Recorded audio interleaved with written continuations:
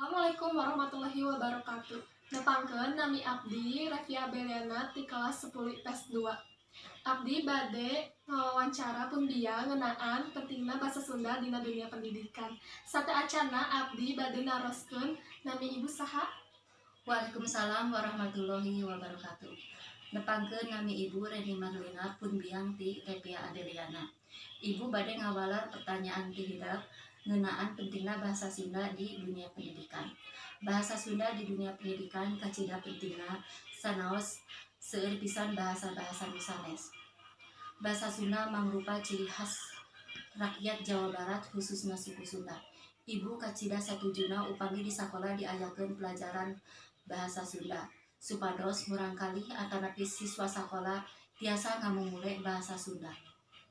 Anu kadua, abdi bade naroskeun kumaha carana urang ngamumule basa Sunda dina dunia pendidikan. Cara ngamumule bahasa Sunda di dunia pendidikan kedah aya dukungan antara guru sareng para murid. Guru satiasana ngayakeun pelajaran bahasa Sunda dina saminggon tiasa 1 kali atanapi 2 kali pertemuan. Para murid upami tiasa mah sadidintena nyarios bahasa Sunda nu lemes atanapi nu loma. Anu terakhir, abdi bade naroskeun kumaha tanggapan ibu ngeunaan murangkalih ayeuna soalna seueur pisan anu nyarios ngagunakeun basa Sunda kasar.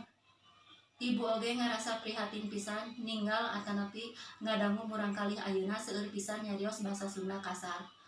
Tos kitu nyariosna teh dihijikeun nganggo bahasa-bahasa sanes anu saurna teh bahasa gaul.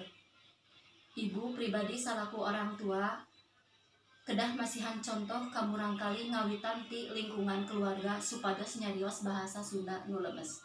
Upami aya murangkalih nu nyarios bahasa kasar, urang kedah tiasa nyarang atanapi masihan nasehat supados nyarios ngagunakeun bahasa Sunda nu lemes. Bu kanggo waktos sareng informasina. Mudah-mudahan ieu aya mangpaatna pikeun urang sadayana. Hapunten bilih aya kalepatan boh dina ucapan atawa dina ngadugikeun informasina. Wassalamualaikum warahmatullahi wabarakatuh.